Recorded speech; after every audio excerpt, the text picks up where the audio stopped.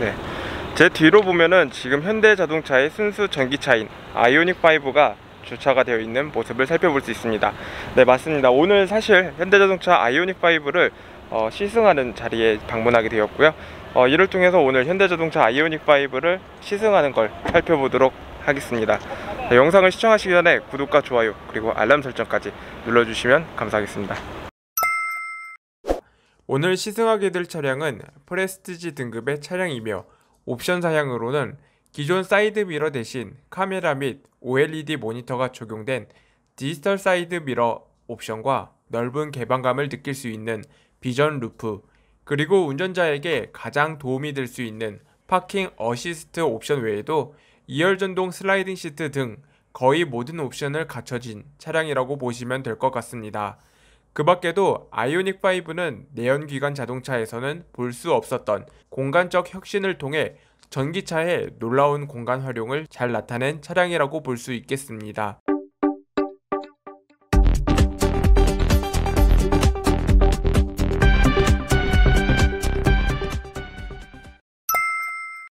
지금 보시고 있는 차량 같은 경우에는 아이오닉5의 거의 모든 옵션들이 갖춘 차량이라고 볼 수 있겠거든요. 그중 대표적으로 이 좌측, 우측, 사이드 미러를 보면은 기존에 이제 있었던 사이드 미러가 아닌 카메라가 장착이 되어 있었고, 저도 잠시 운전을 해봤지만 기존에 있었던 차량에 비해서 이 카메라의 시야 각도나 또는 이 화질에 대한 그 전달, 이런 입체적인 전달, 이런 부분이 조금은 아쉽지 않았을까, 그런 경험을 했거든요. 물론 카메라에 대한 부담감을 가지시는 분들은 물론 사이드 미러로 선택을 하시면 되시겠지만, 어떻게 보면 앞으로의 자동차의 미래는 이렇게 사이드 미러는 카메라가 이제 적용되지 않을까, 그렇게 생각이 됩니다. 확실히 이 센터 페시아의 이 센터 터널이 공간이 확 트인 거는 운전자 또는 옆에 있는 동승자에게 보다 편리한 넓은 공간을 제공할 수 있을 것 같아서 사뭇 기대가 됩니다. 현대자동차 아이오닉5의 출발은 역시 전기차답게 조용하면서도 부드럽게 출발을 했습니다. 현대자동차 아이오닉5가 이제 HUD가 확실히 인치가 커짐으로써 이 운전자에게 제공하는 이 정보 전달은 많은 것을 정보 전달을 가능하게끔 만들어진 것 같습니다. 이 탁 트인 시야성도 아이오닉5의 보다 자랑거리가 되지 않을까, 그렇게 생각이 드는데요. 자, 각각의 드라이브 모드는 에코와 노말, 그 다음에 스포츠로 나뉘게 되는데요. 각각의 드라이브 모드를 변경 시에 실질적으로 이 아이오닉5가 주행에 가능한 키로수도 함께 바뀌는 모습을 볼 수 있겠거든요. 지금 제가 출발했을 당시에 한 270 정도 주행이 가능하다고 말씀을 드렸는데, 지금 스포츠 모드로 바꾸니까 252km로 주행이 가능하다고 나오면서 에코 모드로 바꿨을 시에는 267km로 보다 주행 가능한 키로수가 늘어나는 모습을 볼 수 있습니다. 이 사이드 미러가 카메라 형식으로 제가 바뀌었다고 말씀을 드렸잖아요. 그렇기 때문에 이 사이드 미러가 카메라로 바뀜으로써 되게 적응하기가 어떻게 보면 힘들 수도 있겠거든요. 방지턱도 되게 부드럽게 잘 넘어가거든요. 지금 시속 한 30km로 방지턱을 넘었는데 약간 프리뷰 전자 제어 서스펜션처럼 이 방지턱을 아주 부드럽게 넘어가는 모습을 느낄 수 있었습니다. 그 밖에도 이 차량이 이제 장점은 증강 가상 현실 내비라고 해야 될까요? HUD 화면에 이 운전자가 어느 방향으로 가야 될지 화살표 방향으로 아이오닉5가 길을 안내하는 모습을 볼 수 있었습니다. 이거는 기존에 있었던 HUD에서는 보지 못했던 모습이라고 생각이 드는 부분이고요. 그렇기 때문에 보다 편리하게 운전자에게 운전 도움을 줄 수 있는 그런 기능이 될 거라고 생각이 됩니다. HUD가 인치가 커짐과 동시에 이 제공하는 정보도 보다 더 많은 정보들을 제공하고 있다라고 말을 드렸잖아요. 확실히 좌우측에 그 알람, 우측방 알림까지도 좀 더 입체적으로 더 정보를 더 자세히 전달할 수 있도록 거의 증강 형실에 가까울 정도로 시야에 너무 딱 들어오게끔 잘 만들어 놨다라고 생각이 되는데요. 어쨌든 간에 가장 중요한 거는 현대자동차가 이 HUD를 인치업을 하면서도 정보 전달하는 데 있어서 가장 큰 핵심은 바로 차량에 운전하고 있는 이 탑승자의 안전을 좀 더 생각하지 않았을까. 이 표시하는 정보도 좀 더 살펴보면은 실질적으로는 이 차량의 운전 속도도 중요하고 진행하는 방향도 중요하지만 보다 좌우측에 있는 차량이 어디쯤에 있는지 뭐 경고해주는 알림 같은 게 확실히 더 입체감 있게 더 커졌다라고 지금 말씀을 드리고 싶어요. 물론 저도 기존 차량에는 HUD가 분명히 있지만 그 HUD에서는 좀 나타나는 정보는 좀 제한적인 면이 좀 있었지만 보다 한층 더 발전된 기술력을 이번 아이오닉 5를 통해서 좀 체감할 수 있는 경험이 되지 않을까 생각이 들고 있습니다. 지금 현재까지는 하남을 좀 벗어나고 있는데요. 이렇게 좀 차량들이 좀 많은 구간임에도 불구하고 현재 연비는 6.9km로 아직까지는 좀 아쉬운 연비를 보여주고 있습니다. 그렇지만 이 아이오닉 5의 가장 좋은 장점은 아무리 뭐 달려도 이 연비가 아무리 좋지 않아도 전기차라는 이 강점은 정말 무시할 수 없다고 생각합니다. 아니 생각을 해보십시오. 휘발유 차량, 디젤 차량, 뭐 가스 차량, 다양한 화석연료 차량이 있지만 전기만큼 단가가 그렇게 저렴한 화석연료는 없거든요. 그렇기 때문에 실질적으로 이 가까운 근거리를 가더라도 이 에너지 효율, 뭐 연비 효율, 그 다음에 뭐 차량이 막힌다는 등 뭐 이런 여러 가지를 복합적으로 고려해야지 운전을 할 마음이 생길 거고 그렇기 때문에 보다 좋은 연비가 좋은 차량들을 선호하는 많은 이 시청자분들이 계실 거예요. 그렇기 때문에 이 현대자동차의 아이오닉 5는 이러한 연비 좋은 차량, 또 전기로 친환경적인 차량, 그런 거를 원하시는 분들에게 툭 던지는 현대자동차의 메시지가 담긴 차량이 아닐까 생각이 듭니다. 그렇기 때문에 전기차라고 해가지고 솔직히 저도 이질감을 많이 느꼈거든요. 배기 소리도 안 나고 이 차량이 뭐 전기로 가는 차량인데 이제 뭐 나와가지고 뭐 얼마큼 잘 하겠냐, 뭐 얼마큼 효율성이 좋겠냐, 뭐 충전 인프라도 갖춰지지 않았는데 뭐 마찬가지로 뭐 이런 여러 가지의 이유로 솔직히 전기 차량에 대해서는 좀 거부감이 좀 있었어요. 그렇지만 현대 아이오닉 5를 필두로 물론 다른 전기차들도 마찬가지일 거예요. 뭐 EV6도 있을 거고 테슬라 같이 뭐 자율주행 같은 기능이 있는 차량도 있을 거고, 그렇지만 약간 전기차에 대해서 좀 인식을 좀 바꾼 경험이 되지 않을까 생각이 듭니다. 기회가 되신다면은 아이오닉 5가 아니더라도 다른 전기 차량을 한번 시승해 보시는 걸 좀 권장드리고 싶어요. 그만큼 정말 아쉽게도 기존에 있었던 내연기관 차량들이라고 하죠. 내연기관 차량들의 미래는 그렇게 좋지 않다라고 좀 느끼고 있습니다. 확실히 이 진강현실 내비 있지 않습니까?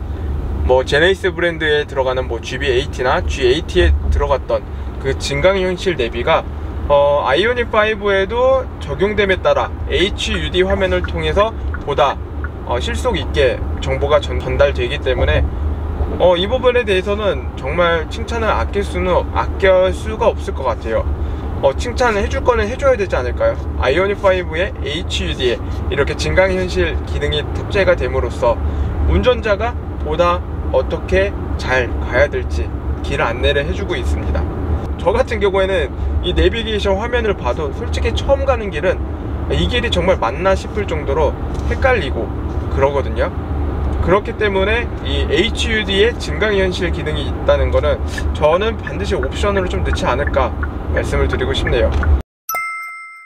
수많은 분들이 아이오닉 5를 사전 계약을 한 만큼 이거 충분히 이만큼의 인기를 누릴 수 있는 차량이다 라고 생각이 들 정도로 차량의 완성도는 정확히는 예측하기는 어렵지만 뭐 일반적인 주행 및 그 다음에 일반적인 데일리카로서의 가치성은 충분히 갖췄다고 생각합니다. 아이오닉 5도 마찬가지고 EV6도 마찬가지고 전기차가 널리 보급됨에 따라 그 전기차를 수용할 수 있는 그 충전 인프라 시설도 갖춰져야 되는데, 아직까지는 이런 충전 인프라 시설에 대해서는 좀 아쉽다라는 목소리들이 많이 있습니다. 그렇기 때문에 아이오닉5 외에도 전기차를 좀 고려하시는 분들에게는 보다 신중한 선택을 해야 되지 않을까, 그런 조금 우려스러운 말씀을 좀 드립니다. 그럼에도 불구하고 현대자동차 아이오닉5의 차량 가격이 보통 한 5천만원부터 시작이 되지만, 그만큼 보조금 혜택을 받게 될 경우에는 3천만원 중반으로 가격이 내려감에 따라 거의 어떻게 보면 전기 차량의 보급형 차량 수준이라고 볼 수 있겠거든요. 그러면서도 최근에는 전기차의 고급화를 알렸죠. 현대자동차의 G80 차량의 전기차 모델이 출시됨에 따라 앞으로의 그 고급스러운 고급 전기차 시대를 열어가는 그런 미래를 조금 예측을 해볼 수 있겠는데요. 그렇기 때문에 솔직히 조금 전기차를 생각하시는 분들도 계시겠지만, 그 중에서도 고급스러운 전기 차량을 좀 선택을 하고 싶다 라고 생각하시는 분들에게는 어떻게 보면은 보조금 혜택을 포기하시면서 제네시스 E 같은, 그러니까 제네시스 전기차 같은 차량을 선택함에 따라 그거를 좀 맞바꾼다라고 보면 될 것 같거든요. 저 같으면은 우선은 약간 맛보기로 아이오닉을 좀 타다가 전기차에 익숙해지면은 그때 한번 좀 전기차, 고급스러운 전기차로 좀 바꾸지 않을까, 그렇게 생각됩니다. 네. 아이오닉5를 통해서 다양한 전기를 사용할 수 있는 여러 조건들이 많이 갖춰져 있기 때문에 이렇게 차박하는 문화에 있어서 아이오닉5가 빠질래야 빠질 수가 없을 거라고 생각이 듭니다. 또는 이렇게 뒤에 있는 뒷자리 공간을 모두 폴딩을 시킴으로써 이 차박까지 가능할 수 있는 여러 환경적인 모습을 볼 수 있습니다. 이것도 어떻게 보면은 차박을 좋아하시는 마니아 분들에게는 좋은 선택이 되지 않을까 생각이 듭니다. 자, 여기는 지금 현대자동차의 강동 EV 스테이션에 왔거든요.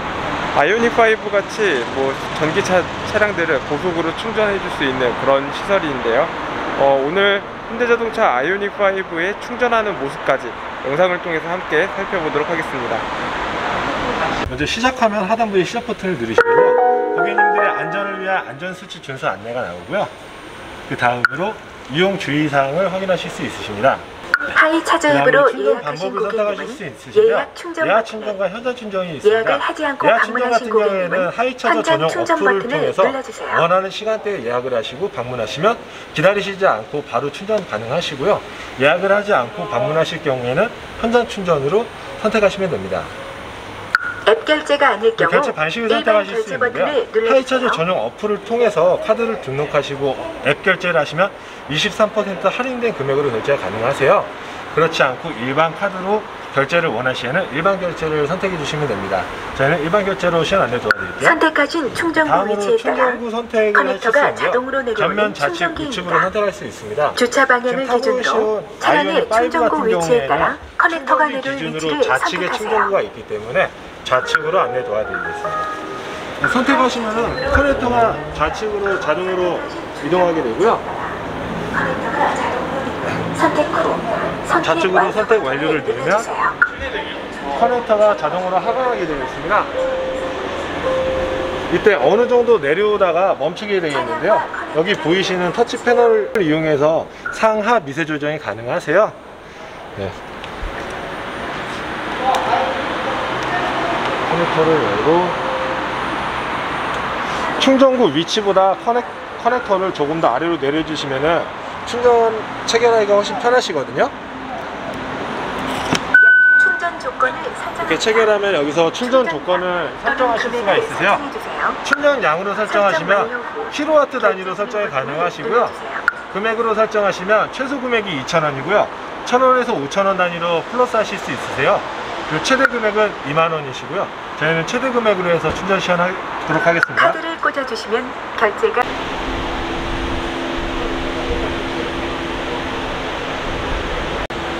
자, 지금 보시다시피 아이오닉5가 충전을 하고 있습니다.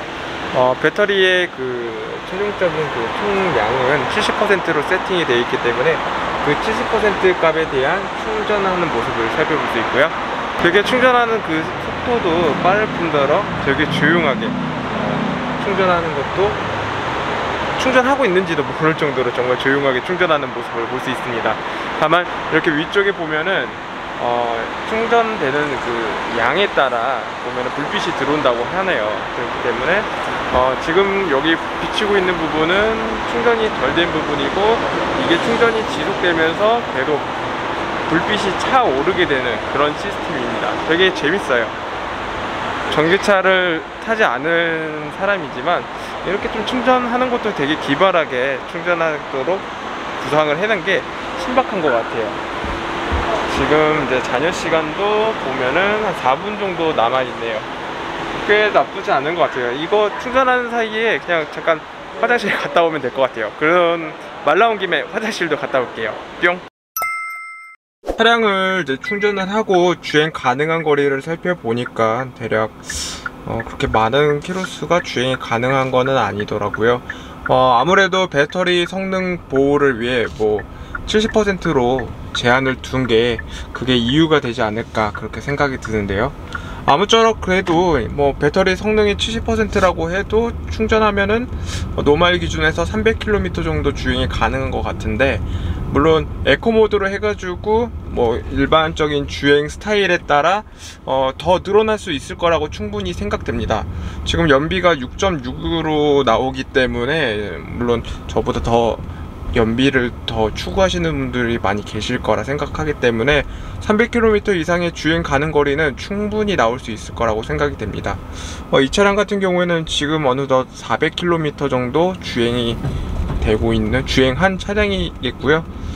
뭐 아무쪼록 차량에 있어서는 뭐 주행 가능 거리는 조금 아쉬운 감은 있지만, 그래도 전기차로서 그 충전하는 비용, 그 전기비가 되게 저렴하다는 거는 무시 못할 것 같습니다. 오늘 준비한 소식은 여기까지입니다. 많은 분들에게 도움이 되셨으면 좋겠습니다. 다음에도 보다 유익한 자동차 소식들로 찾아뵙겠습니다. 시청해주셔서 감사합니다.